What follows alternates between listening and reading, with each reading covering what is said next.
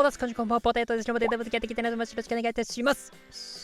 今日ですね、ゴールキーパーに逃走心つけたら近距離強くなる説やっていきたいなと思います。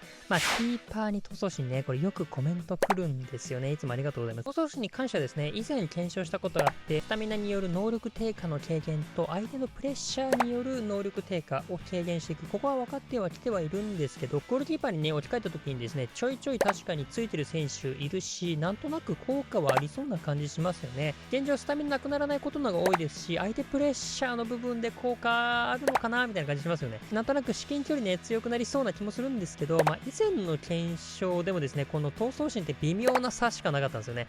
なので変化してても検証結果としては出ない可能性もあるんですけど、出なくてもですね、皆さんの思う闘争心の違いとかね、あれば教えていただければなと思います。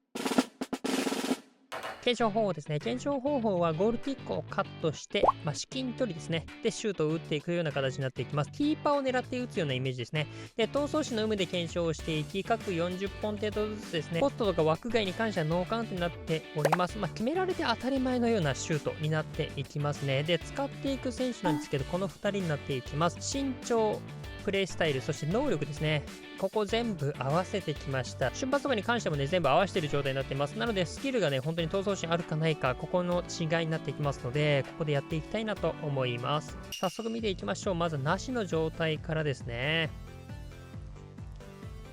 この距離がね、基本的に入っちゃうところではあるので、でも真ん中狙ってはいるんですけどね。はい、一気に見ていきましょう。闘争心ありの方も見ていきます。なんとなくね、見た目はね、闘争心あり方が強そうですけどね、オリバー・カーンとかも確かついてたし、そんな感じはするんですが、どうでしょうかね。はい、見ていただきました。どうですか正直わからん。俺にはわからん。一応結果だけ見ていきましょう。こうなりました。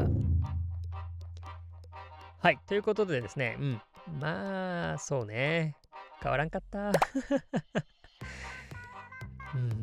真ん中に蹴ってこれだからサイド狙ったら余計変わんないよな。この 3% の差も正直闘争心なのかどうかは怪しいですね。一応ですね、数字だけで見てもあれなので比べてみました。こんな感じですね。はい。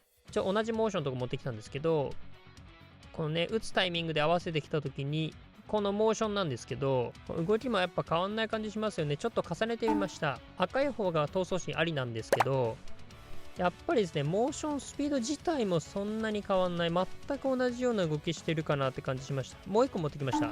このシーンですね。やっぱ近さとか場所は違うんですけど、動きに関してはやっぱりですね、同じような動きしてますね。で、この辺も違いが出ないということが分かりましたね。はい、というところで今日はもう結論です。闘争心がゴールキーパーのセービングに与える影響はあんまなさそう。とします。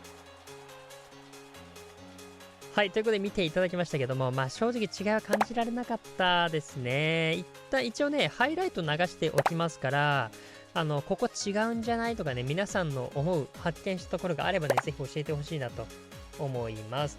現状ですね、スタミナによる減少値のこの軽減っていうのはね、言えるかなと思いますので、意味ないわけではないとは思うんですけどね、どこでって言ったら延長戦とか、その辺の話になっちゃうかもしれないですけどね。延長戦でもそんな減ってないからあれだけど、あとは検証方法なんですかね。他にもいろいろあるとは思うので、ちょっと距離がもうちょっと近い方がいいとかもあるかもしれないけど、近すぎるともう実践的じゃなさすぎるしなとかね、ワンシューとかね、ヘディングとかならとか、ごちゃごちゃしたタイミングだったらとかあるかもしれないんですけど、そうすると余計、あれですよね、再現性が難しいので、検証と言えるとこまでいけない気がするので、いろいろ、どうかな、皆さんの思うこういうところだと違うんじゃないかとかあればね、ぜひ教えてほしいなと思います。いずれにしてもですね、そんな必須級ではなくていいのかなというのは一つ言えるかなと思いますので、その辺は参考にしてみてください。はい、ということで、ここからはもう雑談になっていきます。今回そんなね、出なかったですね。正直ね、ちょっと予想はしていたというかね、そうなるんじゃねえかなみたいな気がしてたんですけどね。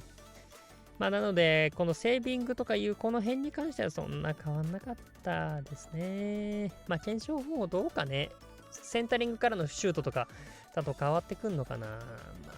ちょっと再現性がね、非常に難しいので、その辺はまた考えますね。あと皆さんもゴールデンウィーク満喫してますか？ぜひいっぱいイフトやりましょうね。ちょっと僕はですね、急遽今日だけ出勤になってしまいましたので、この後仕事に行っていきたいなと思います。